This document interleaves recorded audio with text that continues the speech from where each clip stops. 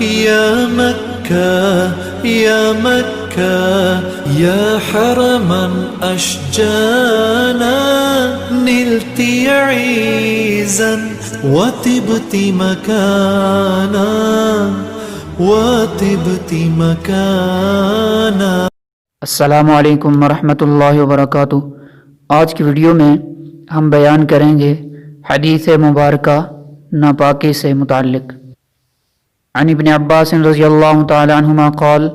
مر النبی صلی اللہ علیہ وسلم بقبرین فقال انہما لیعذبان وما يعذبان في كبير اما احدهما فكان لا يستتر من البول واما الاخر فكان يمشي بالنميمة ثم اخذ جريدة رطبة فشقها نصفين فغرز في كل قبر واحدة قالوا يا رسول الله لما فعلت هذا قال لعله ان يخفف عنهما ما لم ييبسا رواه البخاری۔ ترجمہ۔ حضرت عبداللہ ابن عباس رضی اللہ تعالی عنہما سے روایت ہے کہ رسول اللہ صلی اللہ علیہ وسلم کا گزر 2 قبروں پر ہوا تو آپ صلی اللہ علیہ وسلم نے فرمایا کہ جو 2 آدمی ان قبروں میں مدفون ہیں ان پر عذاب ہو رہا ہے، اور کسی ایسے گناہ کی وجہ سے یہ عذاب نہیں ہو رہا جس کا معاملہ بہت مشکل ہوتا، یعنی جس سے بچنا دشوار ہوتا، بلکہ یہ دونوں ایسے گناہ کی پاداش میں عذاب دیے جا رہے ہیں جس سے بچنا کچھ مشکل نہ تھا۔ ان میں سے ایک کا گناہ تو یہ تھا کہ وہ پیشاب کی گندگی سے بچاؤ یا پاک رہنے کی کوشش اور فکر نہیں کرتا تھا، اور دوسرے کا گناہ یہ تھا کہ چغلیاں لگاتا پھرتا تھا۔ پھر رسول اللہ صلی اللہ علیہ وسلم نے کھجور کی ایک تر شاخ لی اور اس کو بیچ سے چیر کر 2 ٹکڑے کیا، پھر ہر ایک کی قبر پر ایک ٹکڑا گاڑ دیا۔ صحابہ کرام رضوان اللہ تعالی علیہم اجمعین نے عرض کیا یا رسول اللہ یہ آپ نے کس مقصد سے کیا؟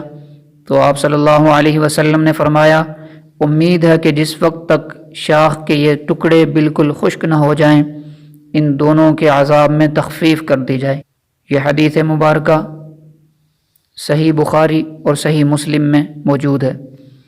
اس حدیث میں رسول اللہ صلی اللہ علیہ وسلم نے ان 2 آدمیوں کے عذاب کا سبب ان کے 2 خاص گناہوں کو بتایا۔ ایک کے متعلق ارشاد فرمایا کہ وہ چغلی کرتا تھا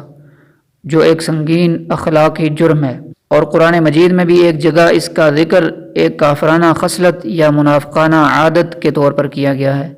اور کتب قدیمہ کے بہت بڑے عالم کعب احبار سے مروی ہے کہ تورات میں چغلی کو سب سے بڑا گناہ بتایا گیا،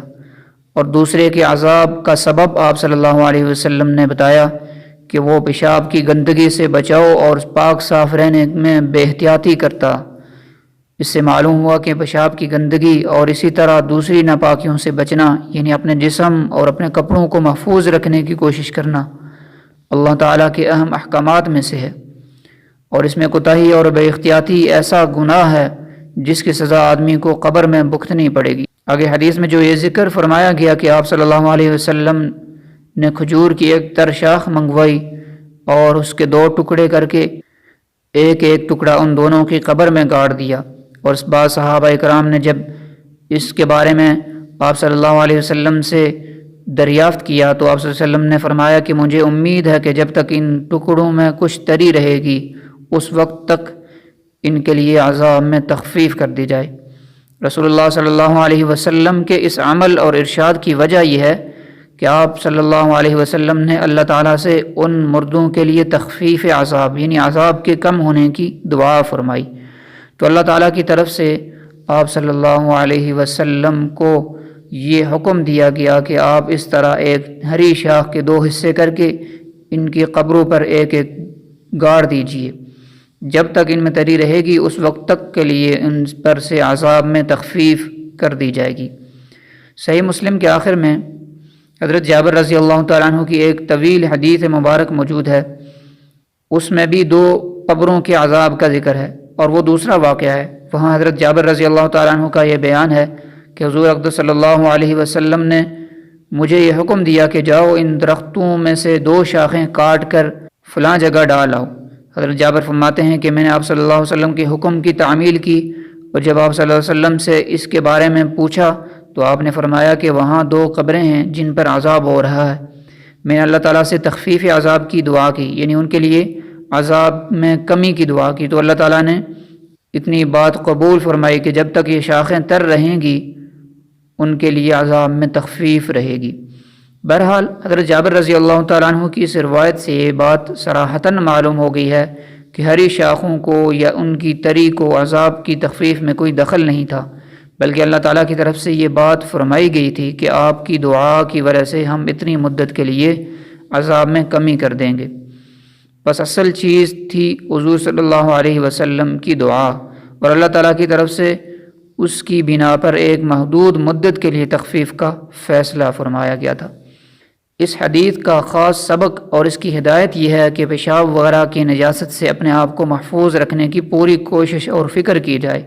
اور جسم اور کپڑوں کے پاک صاف رکھنے کا اہتمام کیا جائے،